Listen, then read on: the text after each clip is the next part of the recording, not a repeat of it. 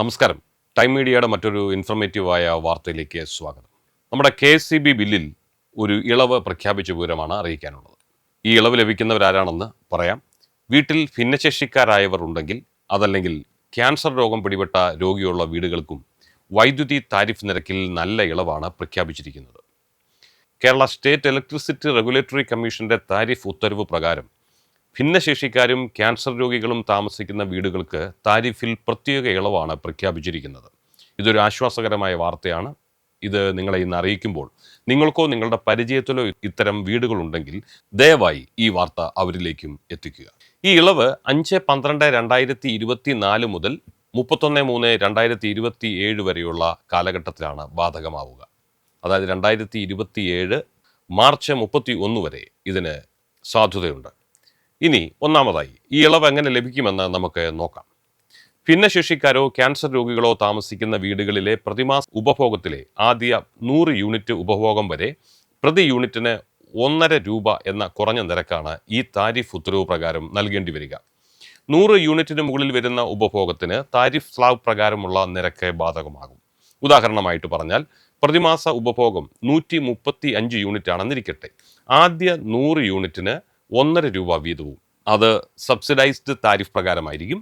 150 രൂപയാവും. ബാക്കി 35 യൂണിറ്റിന് 5 രൂപ 35 പൈസ വെച്ച് കൊടുക്കേണ്ടി വരും. അങ്ങനെ ആകെ 150ഉം 187.25 കൂട്ടി 337 രൂപ 25 പൈസ മാത്രമാണ് അവർക്ക് ആ മാസത്തെ ബിൽ വരിക. ഇനി ഈ ആനുകൂല്യം ആർക്കെല്ലാം ലഭ്യമാകും എന്ന് നമുക്ക് നോക്കാം.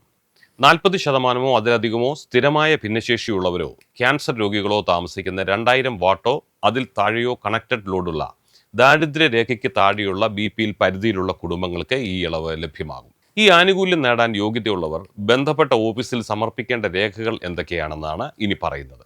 ഒന്നാമതായി ഉപഭോക്താവിൻ്റെ അപേക്ഷ.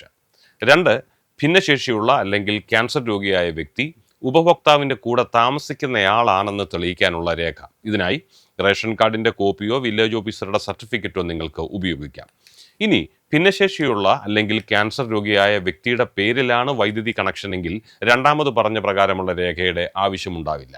ഭിന്നശേഷിക്കാരനെങ്കിൽ 40% അതിലധികമോ സ്ഥിര ഭിന്നശേഷി ഉണ്ടെന്ന്, അതായത് പെർമനന്റ് ഡിസബിലിറ്റി തെളിയിക്കുന്ന മെഡിക്കൽ ബോർഡിന്റെ സർട്ടിഫിക്കറ്റ്, ക്യാൻസർ രോഗിയെങ്കിൽ ഗവൺമെന്റ് മെഡിക്കൽ പ്രാക്ടീഷണറുടെ മെഡിക്കൽ സർട്ടിഫിക്കറ്റ് അല്ലെങ്കിൽ പ്രമുഖ ക്യാൻസർ ട്രീറ്റ്മെന്റ് സ്ഥാപനങ്ങളിൽ നിന്നുള്ള സർട്ടിഫിക്കറ്റ് എന്നിവയും കൂടി സമർപ്പിക്കേണ്ടതായുണ്ട്. തദ്ദേശ സ്വയംഭരണ സ്ഥാപനങ്ങളിൽ നിന്ന് ലഭിക്കുന്ന BPL സർട്ടിഫിക്കറ്റ് അല്ലെങ്കിൽ വാർഷിക വരുമാനം 50,000 രൂപയിൽ താഴെ എന്ന് തെളിയിക്കുന്ന വരുമാന സർട്ടിഫിക്കറ്റ്. മേൽപ്പറഞ്ഞ രേഖകളോടൊപ്പമുള്ള അപേക്ഷകൾ പരിശോധിച്ച് ഫീൽഡ് ഇൻസ്പെക്ഷൻ നടത്തി ഉപഭോക്താവിൻ്റെ കണക്റ്റഡ് ലോഡ് 2 കിലോവാട്ടിന് മുകളിൽ അല്ല എന്ന് ഉറപ്പാക്കുന്നതാണ്.